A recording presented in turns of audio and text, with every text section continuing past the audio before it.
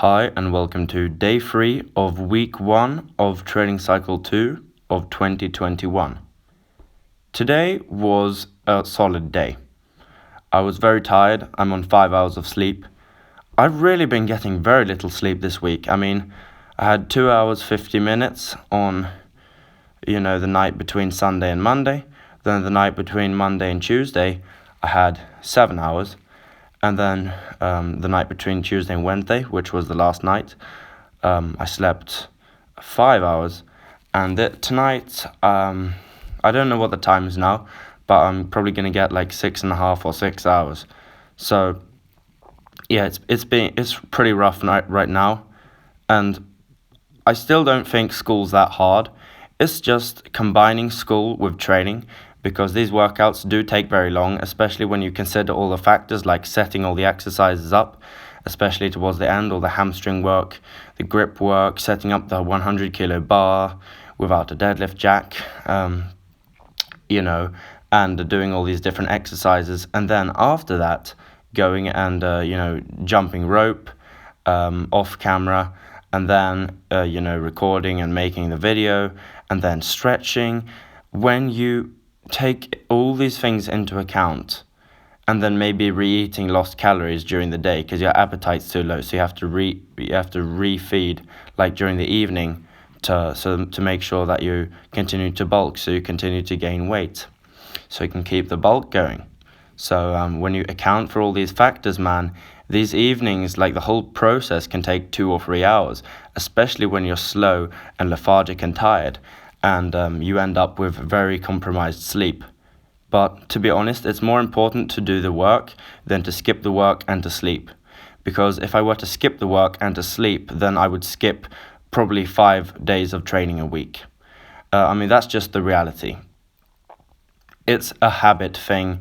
It's a discipline thing. If I'm better with time management, I'll be able to get around studying and training and being able to sleep. It's just the fact that I need to take away all entertainment that doesn't have to do with school or training. So actually take away all entertainment. If I did that, for example, if I basically stopped using my phone other than to create my own content, if I did that, I would most likely be able to sleep right now. And at this point, what I'm doing is, there are different approaches you can take to make a child learn something. Either you can encourage them and be nice to them, or you can punish them. And right now I'm being punished, all right?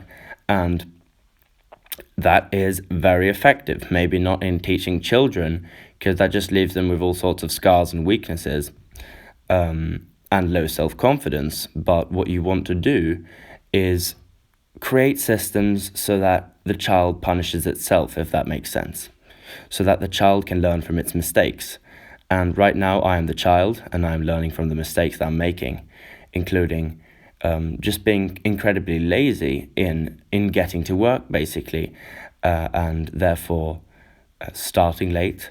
And even though I do the workout, I have the discipline to do the workout, I don't have the discipline to just, get back home from a really long day of school and get going right away with all the stuff I need to do. I'm not that person right now, but I need to be that person for 2 or 3 days to get my sleep back, know what I mean?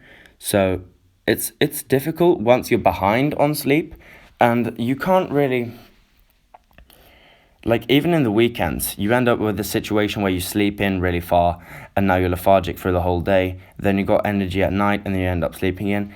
It's an evil cycle, but it's not a cycle you can't get out of.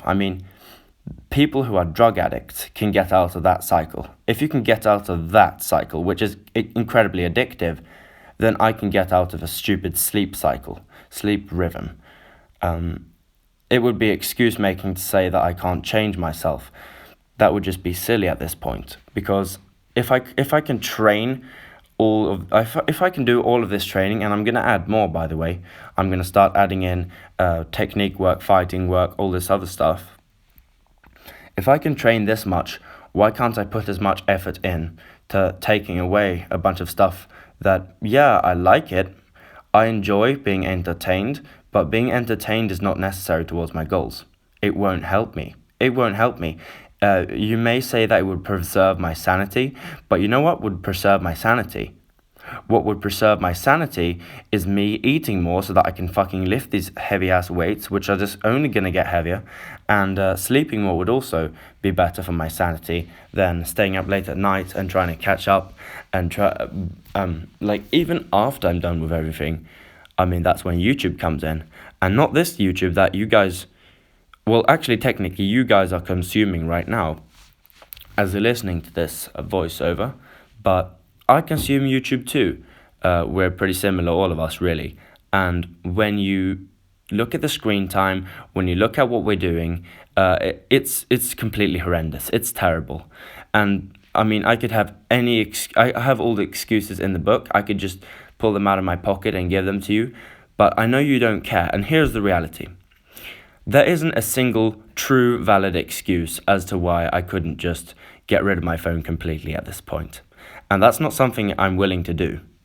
I'm not willing to do that because I need to record videos and I need to be able to contact my family and other people.